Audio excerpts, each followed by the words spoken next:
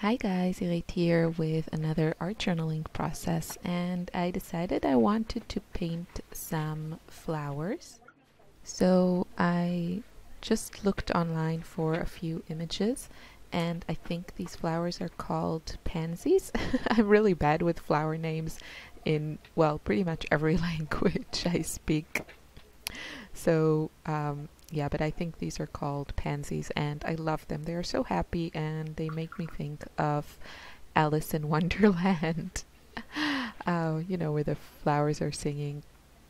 And yeah, I just wanted to paint a little bit. So I am using my Jane Davenport watercolor journal. This is the large one. It's fantastic. I love it. I've mentioned it in a few videos, and unfortunately it's a little bit hard to get for a reasonable price outside the US and Canada, where you can find it in Michael's, at Michael's. But if you're in the rest of the world, you can only order it from, at the moment, from Jane Davenport's site in Australia. And since she imports it also, then obviously her costs are higher, and it just becomes very expensive.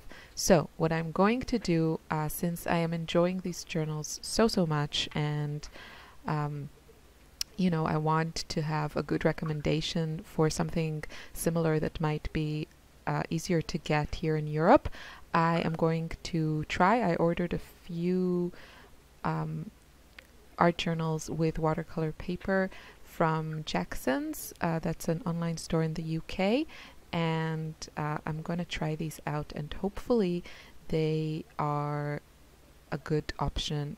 I think the Jane Davenport stuff will be available worldwide soon, in the next months, but for now it's kind of hard to get these.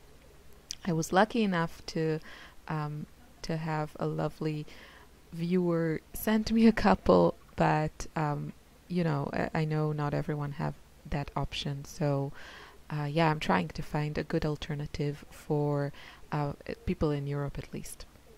So I'm just playing around with paint, and I think this is the first time that I ever painted pansies. So I was kind of experimenting, and yeah, it was a lot of fun. I'm using the Dr. P.H. Martin's Radiant Concentrated Watercolors, which I love. I have them in this Tim Holtz palette. I will link to all the products I used in the description box of the video. The brush is one of my most used ones. It's a Princeton Neptune. It's a synthetic brush. This is the round size 8, and I use it a lot. It's a little bit, actually, for the background that I'm doing here, it's probably a little smaller. For the flowers it was a good size, but I tend to use my Escoda Perla number 10 for a lot of things these days. I guess those are kind of the two brushes I use most in my journals. And yeah, so I'm just playing around, kind of, paying attention to the basic shape of the flower. I don't mean it to be like super realistic, but I would like it to be recognizable, and for that to happen, you kind of have to pay attention to the main details, so shape of the leaves, the colors, that type of thing, the structure of the flower. And I think I did an okay job, if I may say so myself.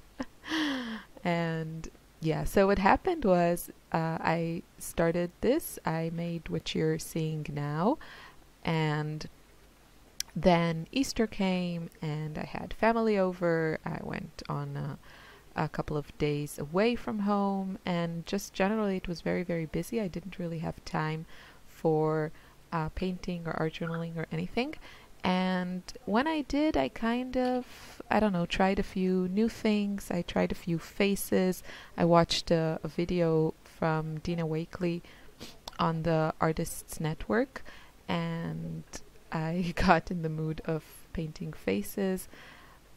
And it's quite a theme that occupies my mind lately about, developing your own style. And I think I want to draw faces. I think I do, but I can't seem to draw them in a way that pleases me and in a way that doesn't look like I'm copying someone else. Now, I'm aware that, whenever you start something, one of the best ways to learn is copying other people. And that's why I take classes from other artists to learn how they do it. But I don't know how to get from point A of like copying things to point B of making those faces look like something I drew and not me copying someone else. And I know the answer is probably to keep painting, but I have painted quite a few, I guess not enough faces, and when I try to make it my own, I don't like the result. There's something missing, something hasn't clicked there for me yet, and I'm kind of not sure how to get better in the direction that I want. So I'm not sure. It's something to work on, develop. I don't know. So a few days later, I decided to finish this. I wasn't sure what to do with it, and then I decided, okay, I'll just add some scribbles. So I decided to add some of these scribbles. I started with my, I think it's called Platinum pen. It is lovely. It's a fountain pen with a very small nib, small tip, and it comes with carbon ink, which is waterproof, water resistant, and all that. I neglected it for a few months for the stupid reason that it was a little bit dirty and was making me dirty, and I don't know why. I just was too lazy to just wipe it a little bit, but I managed to do that because I wanted that thin line. I think it's the thinnest nib that I have, which I really like. I also love the Jane Davenport Incredible pen, but that one is a little bit thicker, and at the moment I have in it water soluble ink. So I didn't actually add more watercolor on top of it, so in theory I could have used whatever ink I wanted, but I didn't know that when I painted. So you have to be careful because this nib is so small and delicate. It does get sometimes clogged, or it really depends on what you're using it on. If you paint, like write or draw with it on top of, I don't know, thick paint or pastels or something like that, it gets clogged. So you have to be a bit careful with it. And yeah, I really liked how those sketchy lines looked. It really added that little detail that I wanted. I love the fresh feel of this. I really try to kind of train myself to stop where I like the result. It's a completely, personal choice, individual preference and all that. But when I use watercolors, I really like that freshness of not having too many layers. And it's really easy to go beyond that point. So here I probably stopped like a few steps before what my gut would tell me.